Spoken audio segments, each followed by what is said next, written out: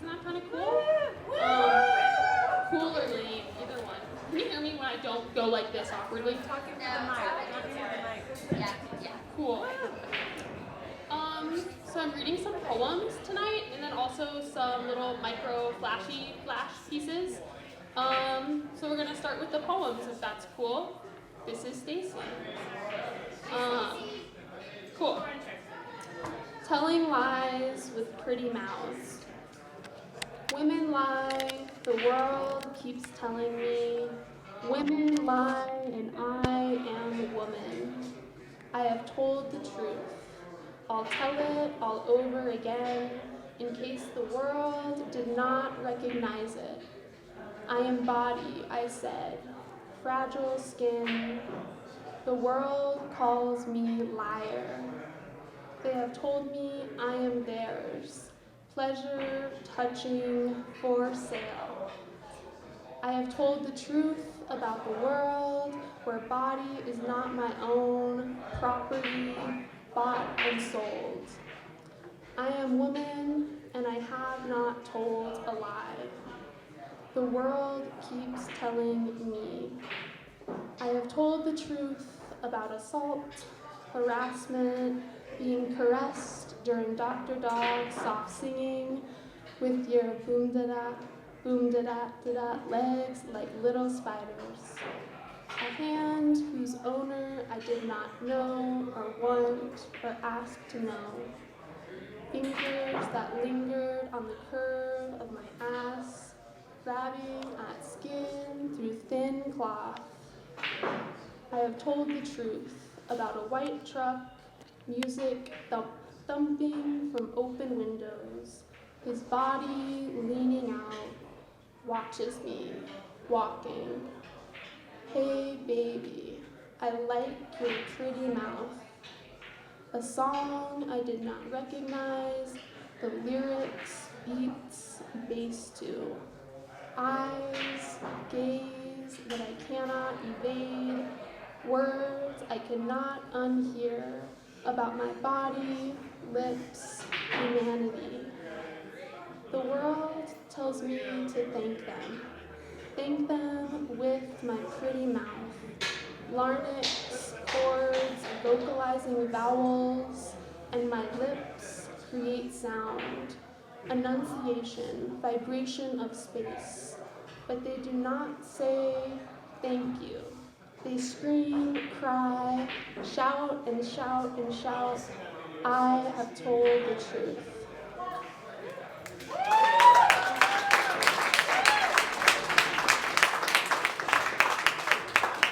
Thanks, guys. This one's called What If She Went Swimming? What if it were warm? What if it were warm enough for swimming naked? Down the streams of Fossil Creek, midnight. What if the texture of her skin gleans a different kind of happiness, clarity, fingers pressing against herself? What if the floor of the creek bed wound, curved through the trees, mimicked the green, their leaves, algae? What if the small fish skim her skin, slick against, remind her they are home? What if her toes slip against the algae, cannot stick long enough to find balance?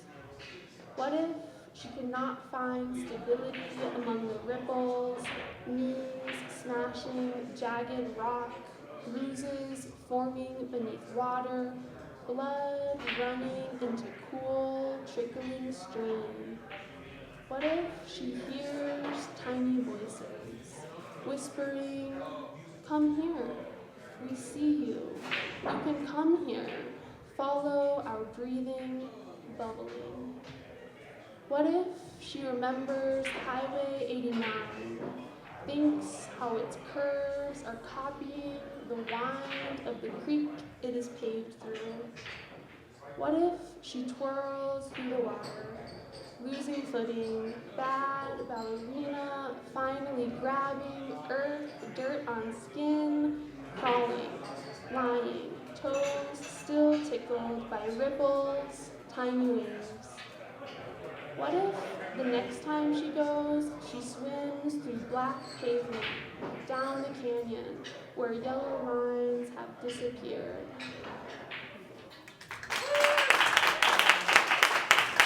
Thanks, guys. So this is my last poem, and since it's my last poem, I thought that I would give you guys a gift for making it through 2 poems. They're in these cups, so I'm just going to give them to you really quick, and if you would like one, you can take one. They're buttons.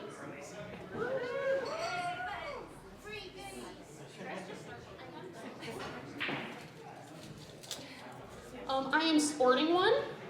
It is a blood orange, but this poem is about grapefruits. But I haven't found any good grapefruits yet this year, so I had a picture of an orange. So, they're supposed to look like female genitalia, but my husband said that it looks like the Eye of Sauron. So, if you're into Middle Earth too, that works. Okay, this one is called Cutting Grapefruits in Half. I have been thinking a lot about citrus. The flesh of my grapefruit looks like a spring orchid, pink and smooth, ripening into its curves, its lip. I tear it from its tree and grind my teeth into its flesh, through the rind.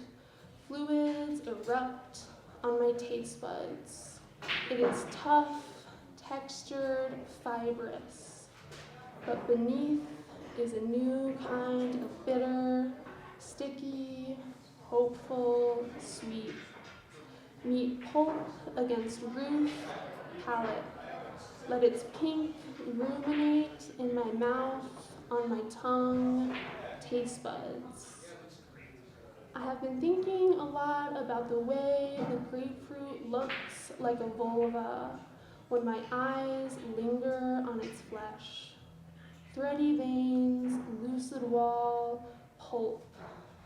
The way its curves surround, framing the entrance, central column, reproduction, creation of life, bearing.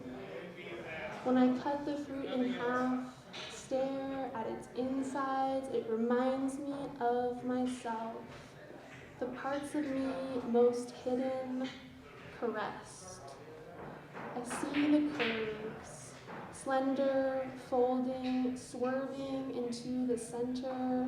I press my finger into the shape, left side, vertical, oblong.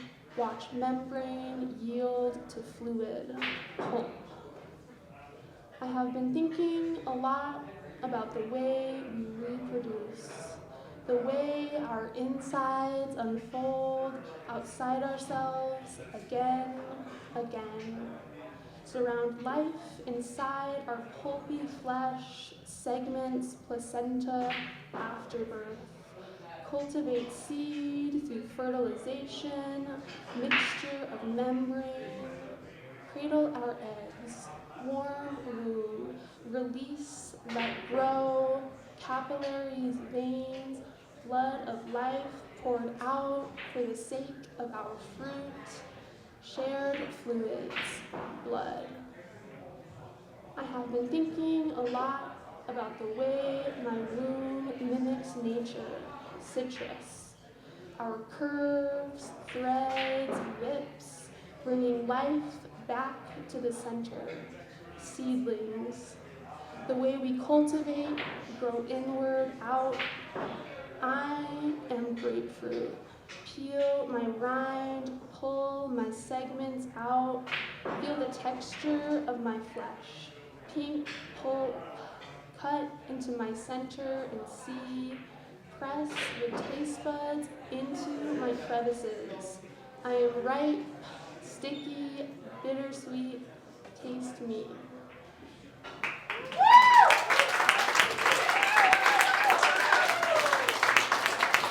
Thanks, guys.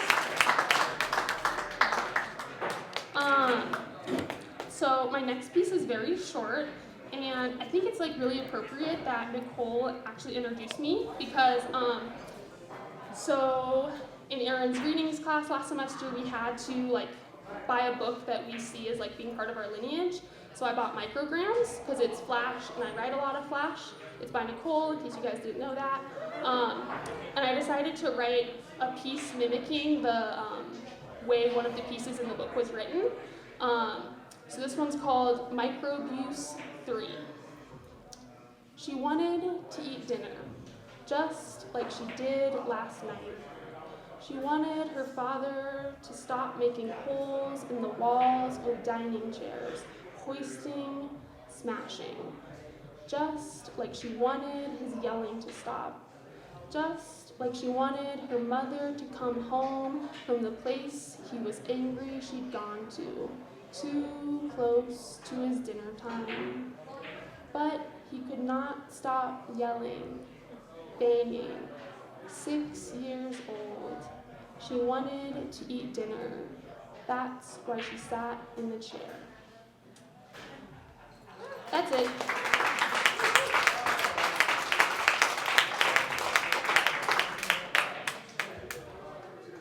So for my thesis, I'm kind of writing hopefully like a large collection of Flash pieces that are kind of like observer, traveler type pieces. And if you don't know what Flash is, it's like a short piece, typically 1,000 words or less. And I'm like working within like, I'm calling it micro.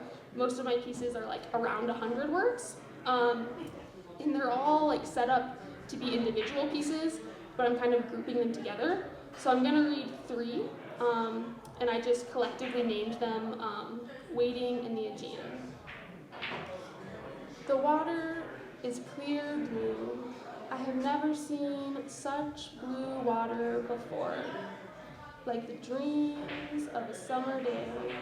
I can see the bottom. Keep looking out.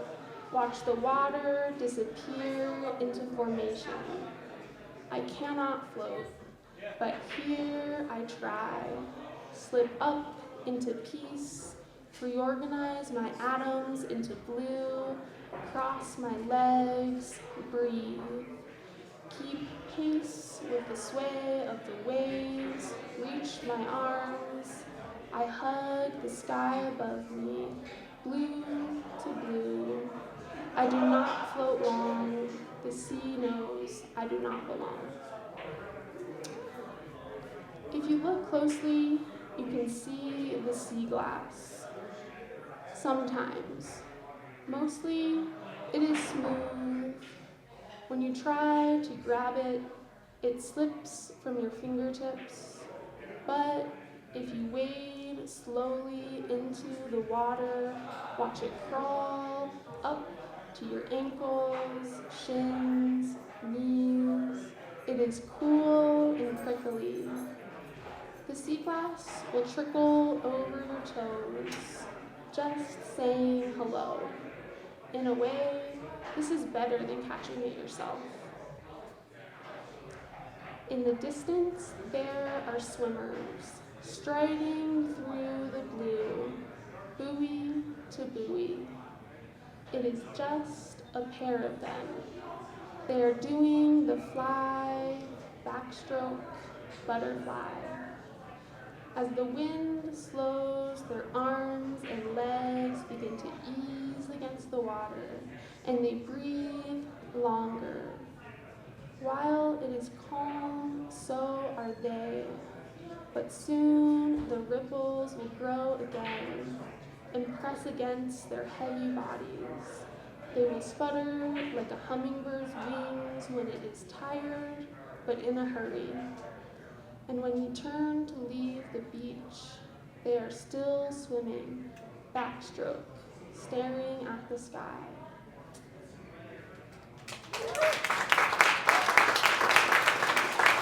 Thanks, guys.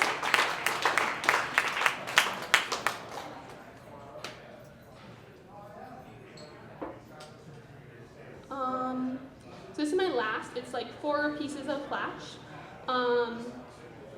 And I'm calling this witness a woman tourist, and I'm the tourist. In the last piece, there's a she, and the she is not me, just to clarify. Awesome. So, a woman tourist. I'm trying to buy a postcard for my grandma, but the man at the counter is drunk, prolonging things.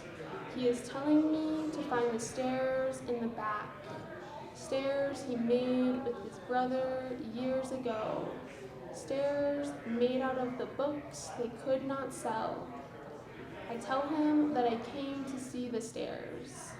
I tell him that the stairs are beautiful. And suddenly he hangs on this word, beautiful. And suddenly I am beautiful. And suddenly he cannot finish counting my change because my eyes are the color of the water in the Grand Canal. The water that drew him here when he was young, like I am now. And suddenly he is asking where I am from, and he is telling me about dreams of the Grand Canyon. And he believes that all Americans are beautiful, so beautiful, like the landscape of America.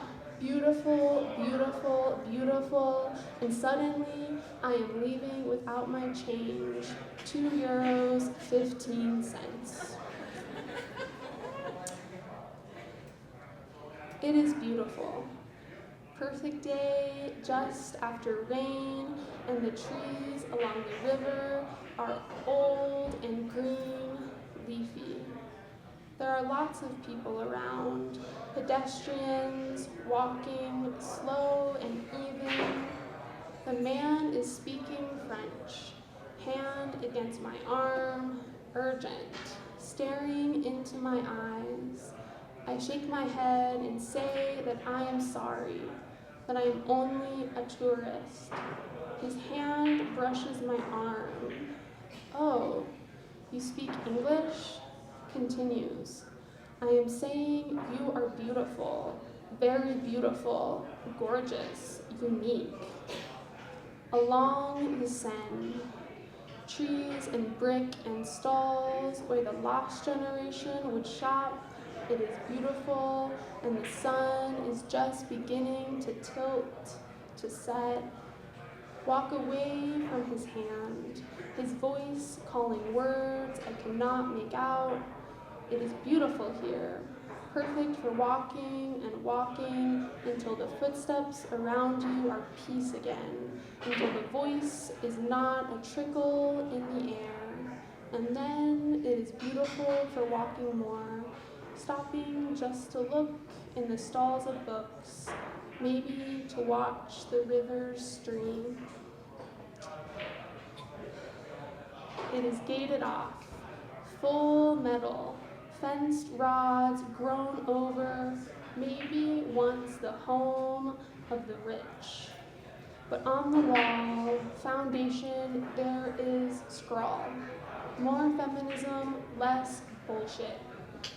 And passers-by are left to wonder if their lives would be different if the rulers of their world didn't care so much about money, greed, all the things pedestrians, civilians don't get the power to say they care about. So the graffiti becomes their Bible, holy word. More feminism, more feminism, more feminism, less fucking bullshit. The commandment is on the wall, busy street, for her to read and follow. Illustration of eyes, bulbous and blue, staring, watching her, telling her to smile, smile, smile. The eyes are alone, but it reads, keep smiling.